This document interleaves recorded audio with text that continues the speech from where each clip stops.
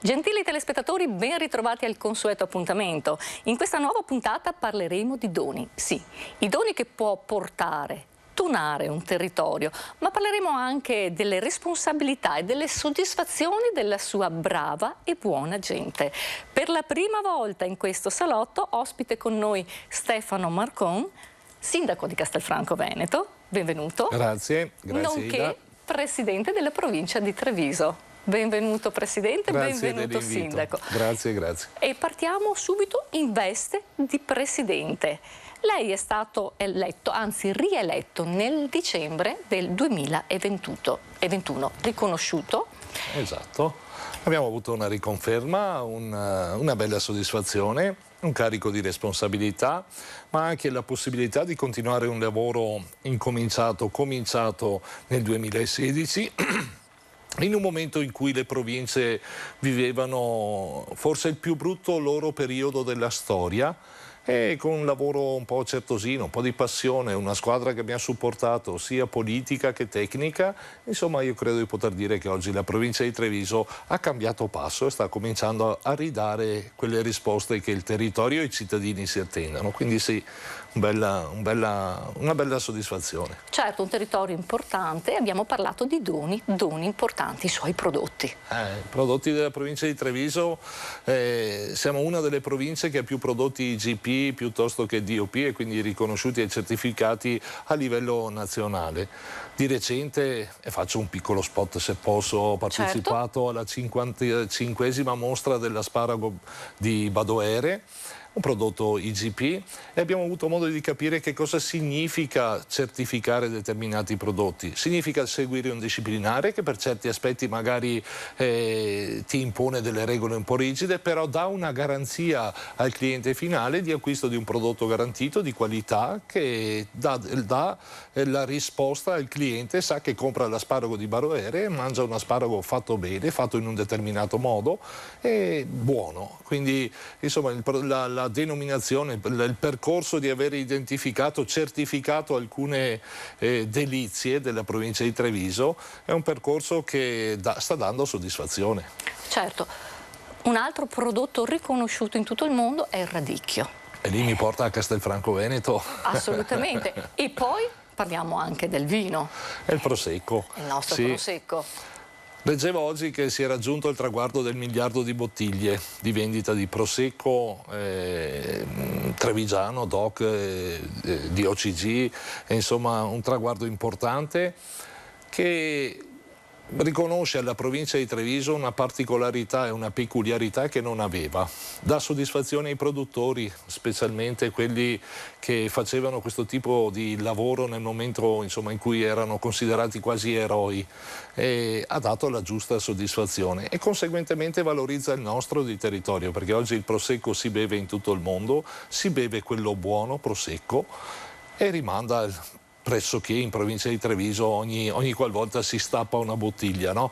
E quindi è una soddisfazione. Parlando del radicchio di Castelfranco Veneto, assieme al rosso di Treviso, al radicchio rosso di Treviso, insomma identifica un'area e dà la possibilità di gustare quel fiore, si chiama il fiore che si mangia, il radicchio di Castelfranco Veneto, perché bello. È una cicoria variegata che segue un determinato processo produttivo particolare, no? Che rimanda a Castelfranco Veneto portando con sé dei sapori un po' particolari. Sì, parliamo di bellezza, parliamo anche di sapori, ma soprattutto una cosa anche utile comunque, fa bene alla salute, fa bene al fisico, non è solo che bello e buono, è anche utile. È riconosciuto sì oggi che una determinata alimentazione che passi attraverso prodotti che seguono un procedimento di coltivazione fatto bene, insomma rimanda a una salute sempre maggiore, quindi è importante avere la possibilità di conoscere che cosa si va a mangiare. E attraverso il radicchio abbiamo vestito i panni del sindaco di Castelfranco Veneto, una cittadina bellissima a cui possiamo dire che non manca niente a Castelfranco Veneto: storia, cultura, tradizioni, Abbiamo veramente tutto. Sì. Ce lo racconti, Sindaco? Castelfranco Veneto è una cittadina da 33.000 abitanti circa, che si caratterizza dalla sua cinta muraria, che in parte abbiamo anche ristrutturato. Abbiamo ristrutturato 4 torri su 5 e stiamo lavorando per renderle accessibili, perché non è poi così semplice, no? Però insomma un lavoro è stato fatto. All'interno della cinta muraria c'è il municipio, c'è il Duomo di Castelfranco Veneto, una certa vivacità anche nei weekend, perché nel fine settimana, nella domenica specialmente, è zona pedonale, quindi è abbastanza movimentata. Sì, anche perché fuori mura voi avete un centro veramente importante. Fuori mura abbiamo Piazza Giorgione. Esatto. È una piazza che ci invidiano e ci richiedono, perché è grande, è vocata anche a ospitare eventi importanti, perché con poco si modifica la viabilità e la si rende pedonale. C'è tutta la quinta della cinta muraria, si pensi, se posso fare anche qua un piccolo passaggio di ciò che è successo. Durante il lockdown, l'ultimo giorno di lockdown, è stato registrato un concerto importantissimo a Castelfranco, non cito il nome per non fare pubblicità, però hanno usato l'interno dei giardini e lo sfondo della cinta muraria ed è venuta una quinta meravigliosa. Si è visto girare, ha avuto milioni di visualizzazioni quel video lì e ha dato risalto alla città di Castelfranco Veneto e la possibilità di valorizzare degli spazi che altrimenti insomma non sarebbero mai stati valorizzati in questo modo. Certo. Abbiamo 7 frazioni. Sono tante? Sì, abbastanza. C'è un bel tessuto anche imprenditoriale, perché mi sembra, se non ricordo male, che il fatturato che producono le imprese di Castelfranco Veneto si aggira a 1,5 miliardi all'anno. Quindi insomma un tessuto imprenditoriale che resiste. Avevamo raggiunto anche, per quel che riguarda il turismo ante pandemia, superato la quota delle 100.000 presenze, non era mai successo. Grazie al teatro accademico, alla biblioteca, al museo civico, grazie al Giorgione.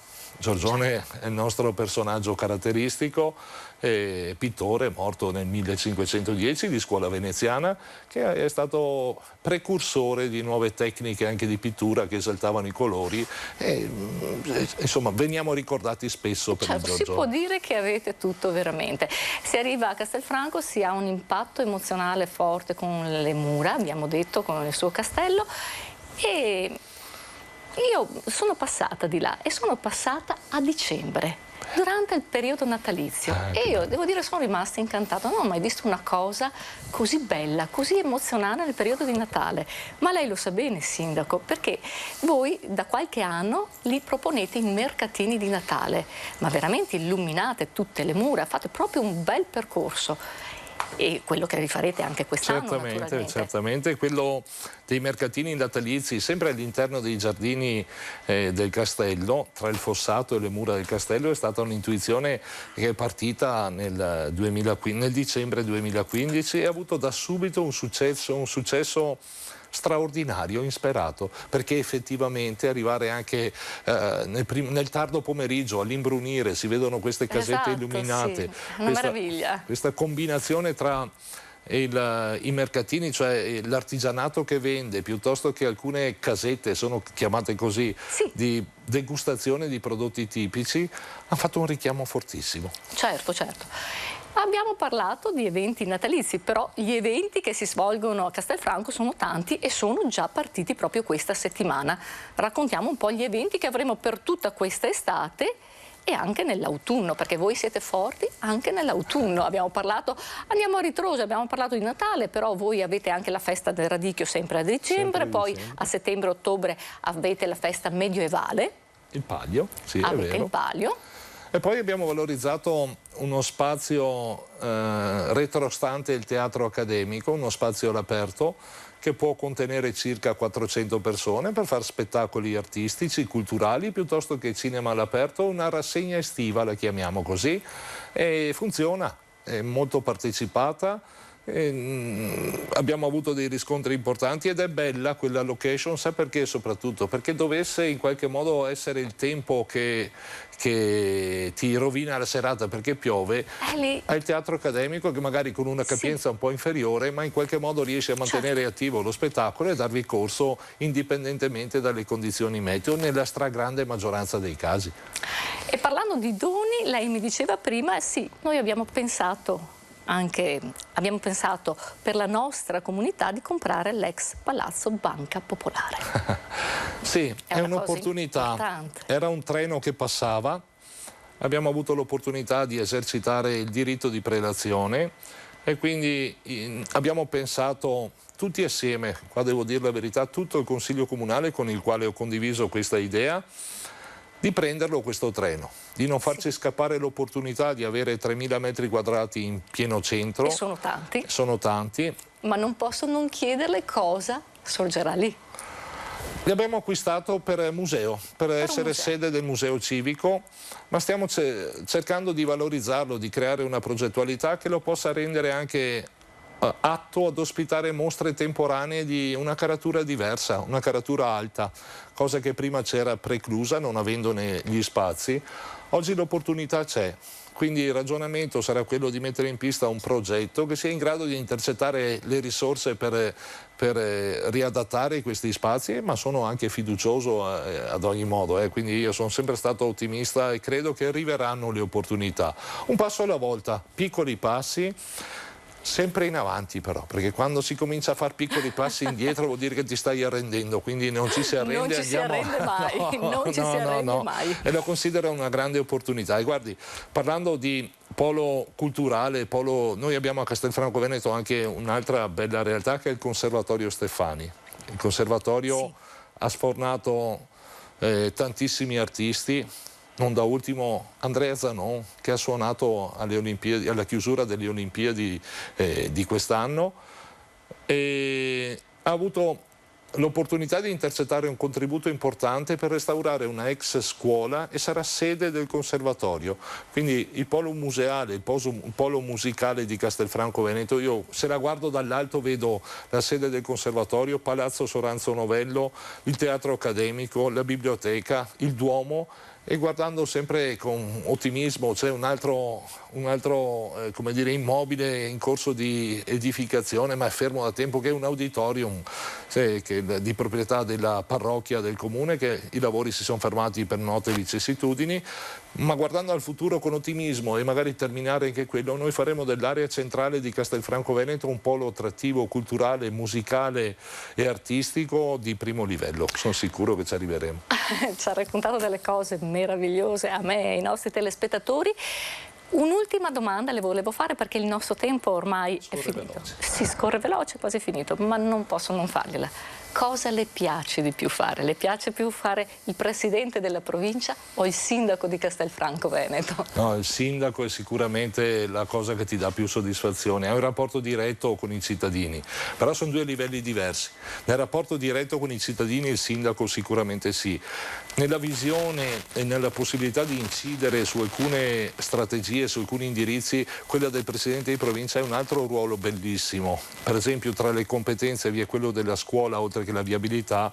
Sulle scuole stanno facendo nei 6 poli scolastici della provincia interventi per quasi 100 milioni di euro. Li stiamo sistemando tutti e questa è una soddisfazione enorme che ha il presidente della provincia, grazie allo staff che lo supporta. Perché? Perché daremo scuole sicure ai ragazzi, scuole sicure agli insegnanti e conseguentemente una sicurezza alle famiglie che magari non sempre la si trova, no? Avere la possibilità di sapere che i ragazzi frequentano immobili che siano sicuri, che siano confortevoli, forse è dato per scontato, ma non è sempre così in tutta Italia.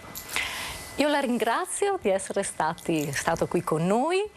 Io rinnovo l'invito a venirci a trovare un'altra volta perché ci ha raccontato veramente delle cose belle. Noi ne attendiamo ancora tanto, specialmente per quanto riguarda gli eventi di Castelfranco Veneto. Io invito anche voi, gentili telespettatori, alla prossima puntata dell'Angolo di Ida. Vi auguro una buona serata. Grazie, Sindaco. Grazie Ida.